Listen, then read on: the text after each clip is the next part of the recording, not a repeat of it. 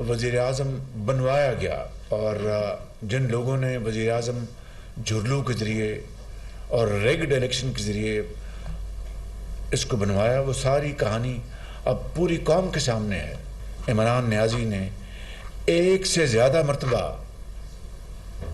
ये कहा कि पाकिस्तान के हालात श्रीलंका जैसे होने जा रहे हैं, यानी वो दिल में बद्दुआएं कर रहा था कि पाकिस्तान खुदा ना करे वो एक्चुअली डिफ़ॉल्ट कर जाए। 9 मई का दिन पाकिस्तान की तारीख में अलबनाक तरीन दिन था, जो हसास अमारात पर और तनसीबात पर जो बलवे हुए, हमले हुए, उनको करवाया गया, प्लान किया गया।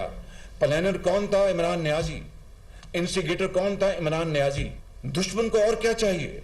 इससे बड़ी दरिंदगी, दहशतगर्दी और मुल्क दुश्मनी क्या हो सकती है?